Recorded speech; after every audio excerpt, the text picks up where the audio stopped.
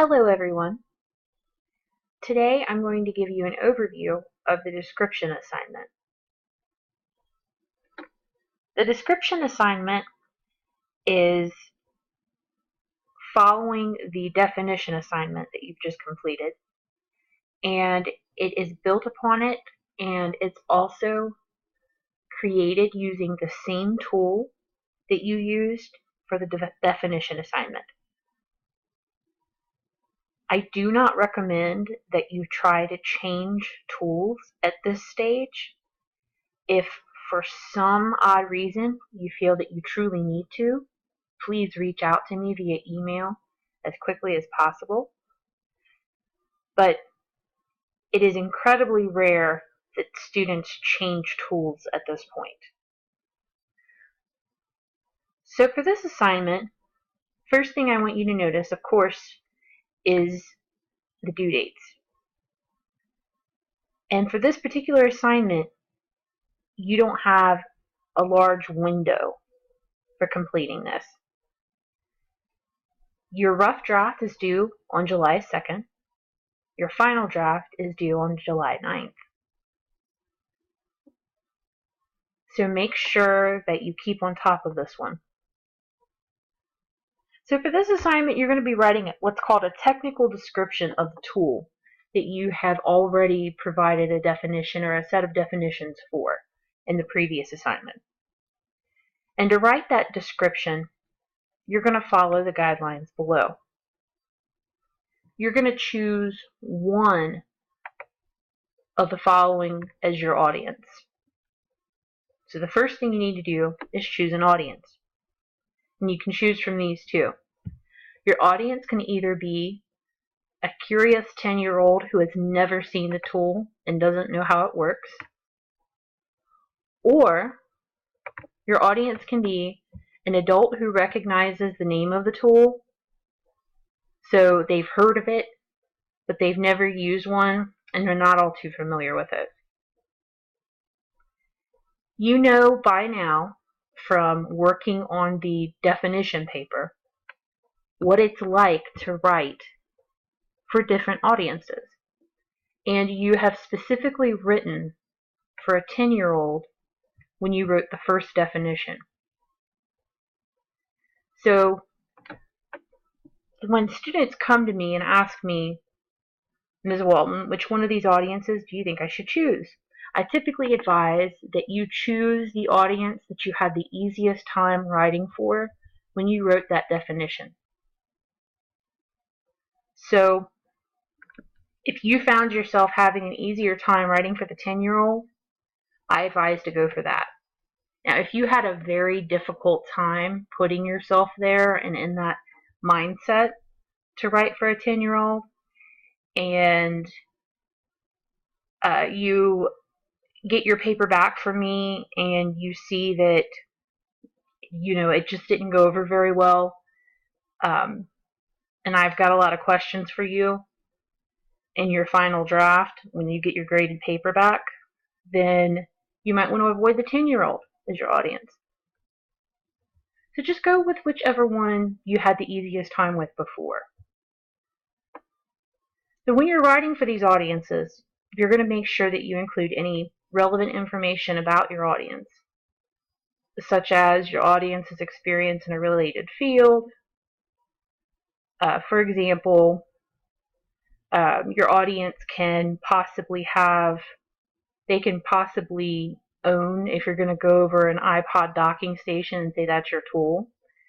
You can say that your audience has never seen this device, but that she does own an iPod. So you're going to give a little bit of for this paper, you're going to give a little bit of a background information for your audience. So it's going to require you to be a bit creative, and you're going to kind of make this up. It's kind of the fun part for some people who like to write creatively within this assignment. The next thing you're going to do is you're going to give a tool description. Your tool description should contain the following elements, and they should be literally listed as this is below, with the Roman numerals and everything. And I'll show you an example of a document so that you can see this and understand more of what I mean. You're going to provide first the audience analysis that I just mentioned. Create an audience analysis using, it has to be within those two audiences that I identified above. You have to choose from those two. But you can give a little bit of background information about them if you want. I would prefer that you did. And it can be anything that you consider useful. Then you're going to provide an introduction. You're going to write a one-sentence formal definition of your tool. Does this sound familiar? That's right. You've already written a one-sentence formal definition of your tool. And guess what? You can use that again. You can take the formal definition you've used from your previous paper and include it here. That's the good news. The bad news is I'm human, and that means it's going to take me a little bit to grade your papers. So there's going to be a little bit of a I don't know, a grading period, I guess we will call it, in which I'm going to be grading your papers and you're going to be including the information you wrote from your previous paper. You may have to update this once you get your graded paper back. I'll make sure that you get your graded paper back before the final draft is due. So you can use anything that you wrote within your definition papers, okay? Anything that you wrote in there. If you used a quote from another source, you would still use the quotation marks. You're still going to cite it. But you can use anything that you wrote within there. So use the one-sentence formal definition of your tool. If you get your final draft back and I make comments about you needing to update something, just update it within this paper as well. Then you're going to specify what function the tool performs, how it looks, and how it works. So that's where you're going to start adding information to it. You've got the definition, now you're going to describe it. Thus, description. I want you to mention the characteristics of the tool as a whole and include an appropriate visual aid. Some of you may have already chosen to have added a visual aid to your previous paper. If you did so, you can use that same visual aid if you'd like to. If you can identify one that's better, you can use another one, that's fine. I'm completely fine with you using the same visual aid you used before, as long as it meets these requirements.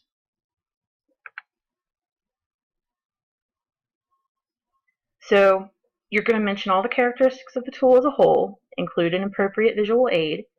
Then you're going to list all of the major parts of the tool in one sentence in the order you wish to discuss them.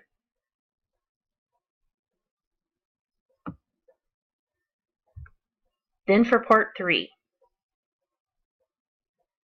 you're going to provide a part-by-part or step-by-step description.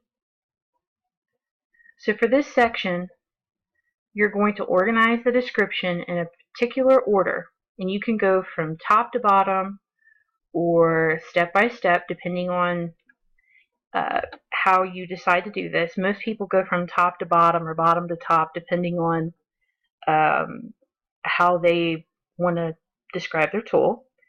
And for each part, specify its name, its purpose, its general appearance, and distinctive characteristics.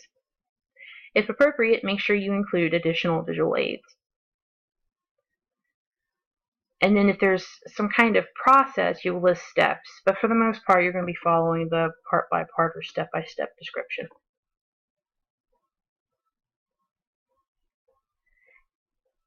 After that, you're going to draft out a conclusion. And in this conclusion, I simply want you to explain how all the parts function together that you've just described above. After that, I want you to cite sources that you've used. So you're going to cite the sources that you've used to anything that you used to be able to get your visual aids, and anything that you've referenced that you've quoted, anything you've paraphrased, anything of that nature. I prefer that all of this be your own words. There have been papers in the past that I've gotten where people have paraphrased other people's words. I don't want that. I want your own words. If you have to paraphrase a history and that's what you're trying to do, that would make, that makes sense to me. But for the step-by-step description, for instance, which, by the way, I don't even know how you're going to paraphrase that, somebody else, um, you need to use your own words. I know this sounds like a lot, but it's not really as bad as it looks. My advice to you is to take this assignment and handle it piece by piece. Go through, make sure you understand where these dates lie, how much time you have. Make sure that you understand or you've decided which audience you're going to write for. And you can make up a background. I prefer that you make up a background for that audience. You will get a grade for your audience analysis. So I advise that you put some details in there about your audience. Get as creative as you want to get. That's fine. Write out your audience analysis.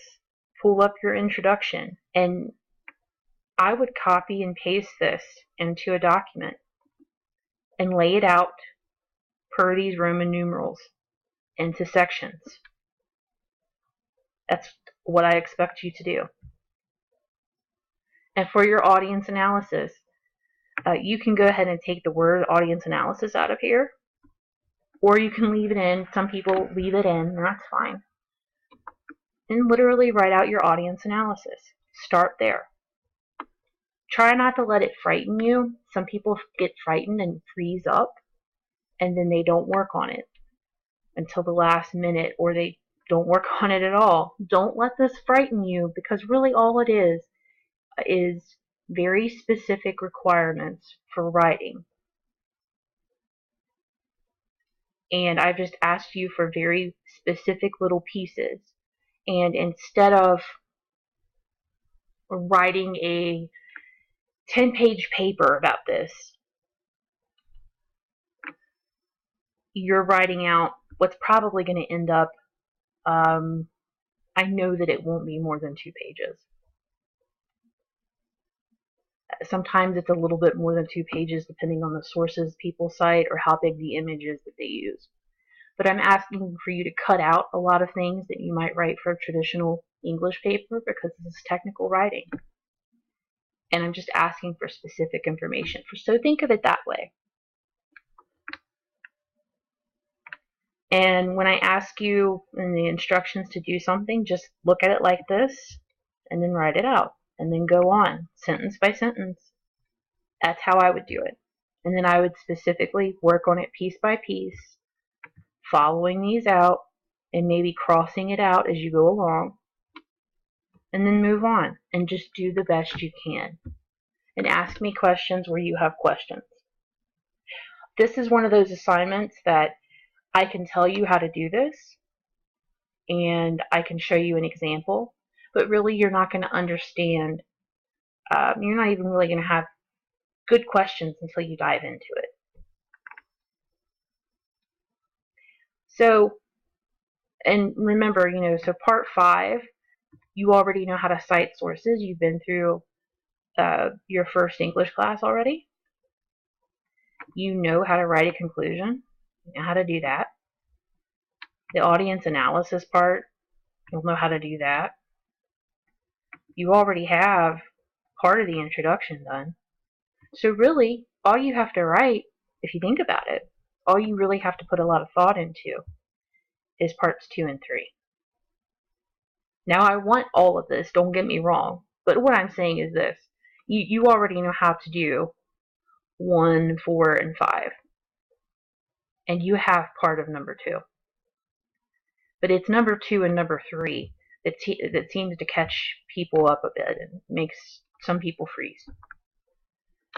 So just try not to freeze up on this. And a couple of pieces of advice. Sometimes people get so caught up in number 2 and number 3 that they will forget to write number 1 or number 4 or even number 5. Don't do that. Those are worth points, and they're enough points to make a difference between a B and an A or a C and a B. It's enough to make a letter grade. Make sure that when you're going through here and writing these things out, that you mark it off as you go along. Make sure that if you don't understand what I mean by part or step-by-step description, that you reach out to me. So I'm going to actually take a minute because this seems to be the most difficult. You know, this going through the introduction, I ask you for a lot of things. I ask you to list out the major parts of the tool, for instance, and then I ask you for the part-by-part description. The piece that seems to be the most confusing for students that I've taught in the past seems to be listing out the major parts of the tool. Now you would think that would be easy, right? Well, listing out the parts of a tool, that's not so difficult. But sometimes it's easy to get so caught up in writing that you forget how to divide out your tool into parts. So I'm going to copy and paste this, and I'm going to open up a new document, and I'm going to show you an example of what I mean. Okay, so I need to list all the major parts of the tool in one sentence. Now let's just say, for instance, that my tool is, let's make my tool a pencil.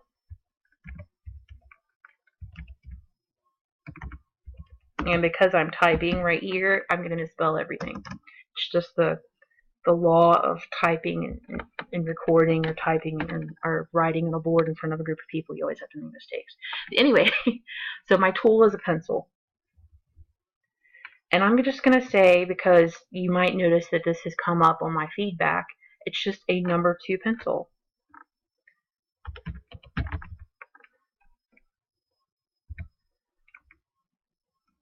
So, let me see if I can pull up a picture real quick.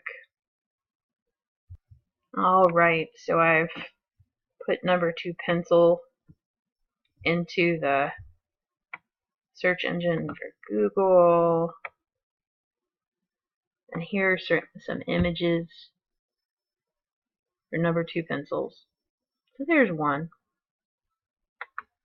Okay, and I'm just going to, for the purpose of this paper, I'm going to copy and paste it.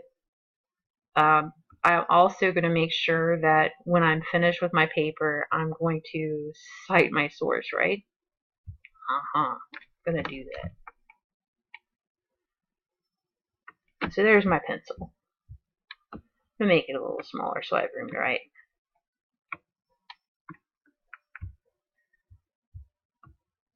And I'm calling it pencil number 2. That sounds weird, because everyone calls it number 2 pencil. Well, what are the parts of this pencil? Take a minute and look at it. By the way, you all aren't allowed to switch to the number 2 pencil as your tool after this. Okay, so number 2 pencil, we have, let's say, the barrel right here, right? So let's have a list of parts. There's the barrel.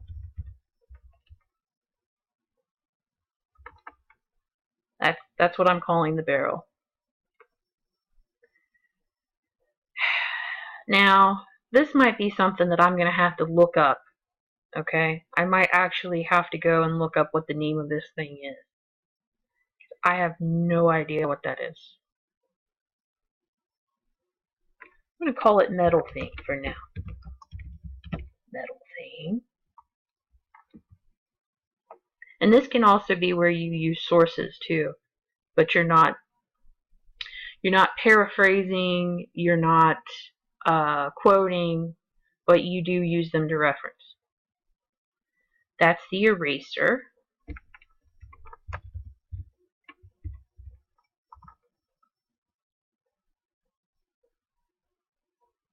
That's the lead, right? And then we could go a step further. Instead of calling this the barrel, we could call it the wooden barrel, right? Now, I'm kind of just making that up too, but let's go see what the metal thing on the pencil is called. This is going to be an adventure. Never done it. Alright, sorry, taking you everywhere here. Alright.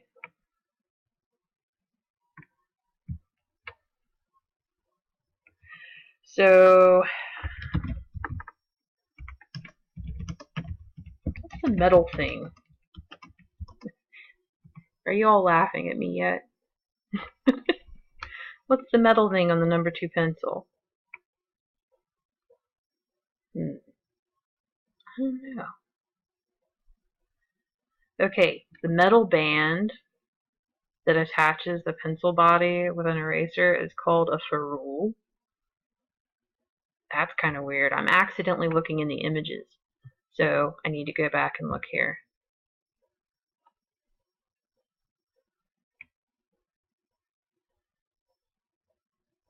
And so we see the anatomy of a number 2 pencil. We can just call it the metal band. Okay, let's just make this easy. Metal band. I don't know why I couldn't think of that before, but here we are.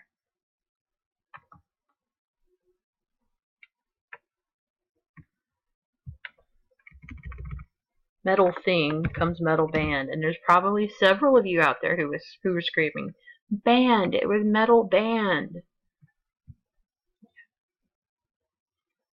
And not the kind that's like, Metallica or anything like that. Dating myself a little bit there. But anyway, so I've listed out the parts. One of the important lessons in this is sometimes people pick up pencils and they think they're just pencils, even when you ask them to tell you what the parts are. And it's because we tend to take it for granted. There are these little pieces in there, right?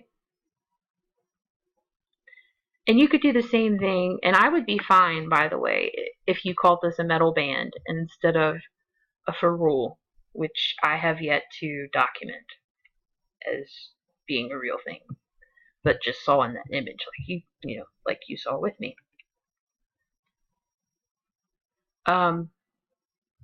If you had all 4 of these listed, that would be fine. That would be great. You might even be able to find a way to differentiate the shaved part of the barrel. I don't think you need to do that for this. But what I do need you to do is make sure that you understand that there are various parts to this. And it would be the same thing with, let me scroll down a little bit, a piece of chalk. You've seen a piece of chalk, right? Let's go back to our friend Google.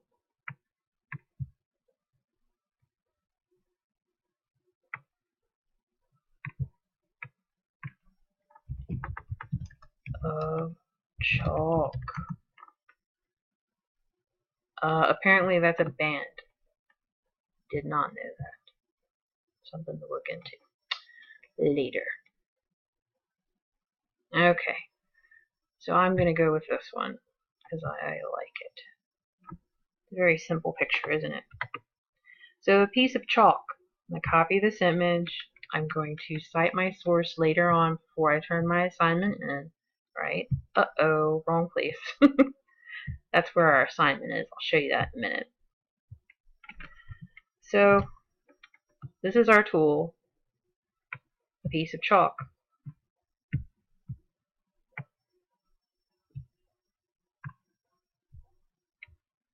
Right?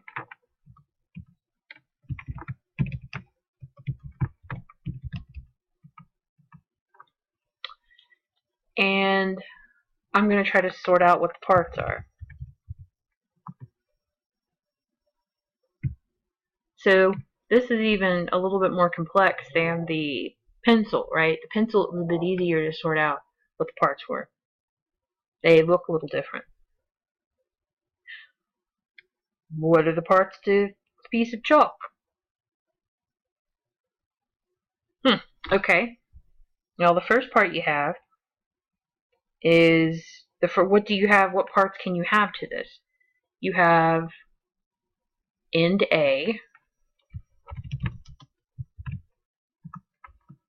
You have a barrel or that you would hold.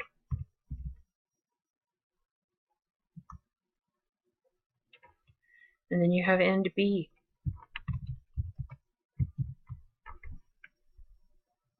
And those are the parts to your piece of chalk. This piece of chalk isn't just one piece with no parts. It has 3 parts. It has that end, which, if I could see it a little bit better, if I could show it to you a little bit better, you could see the end of it's round and flat, or sort of round and flat. Semi-round. Then you can see this long cylinder. You could even call it that instead of the barrel. You could call it a cylinder. Thank you, Microsoft Word, for fixing that for me. And then you have this other end, which I'm just calling end B to differentiate it from end A.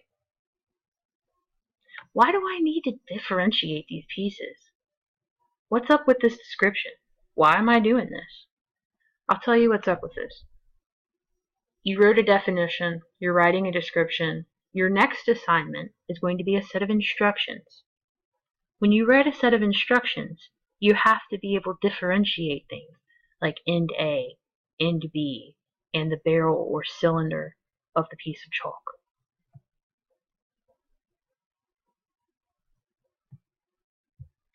You have to be able to differentiate these things so that when you're telling your audience about what to do or how to use the tool, they can understand your instructions.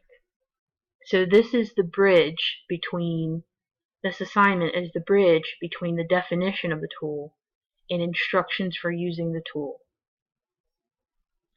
And I know it seems a little awkward and it feels a little weird, but that's why. And that's why being able to create a description is important.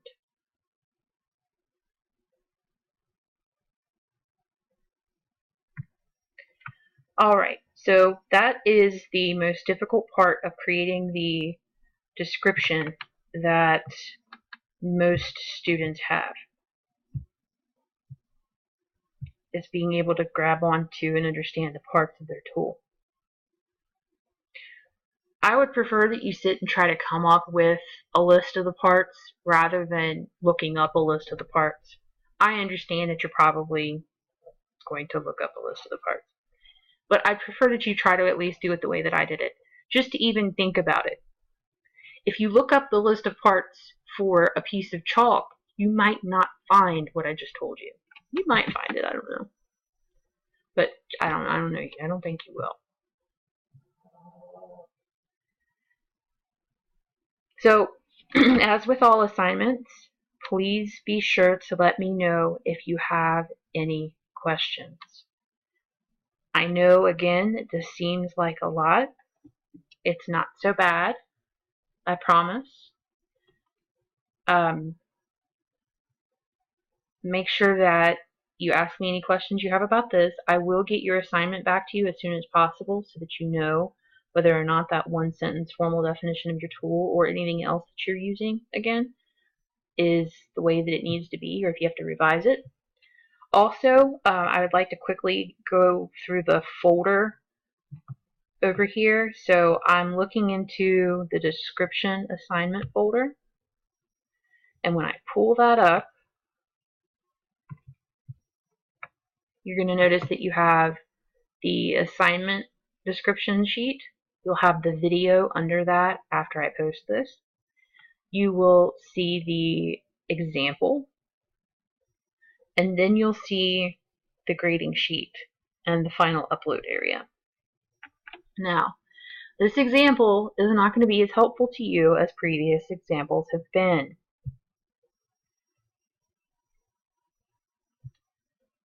Because it's for a toothbrush testing machine.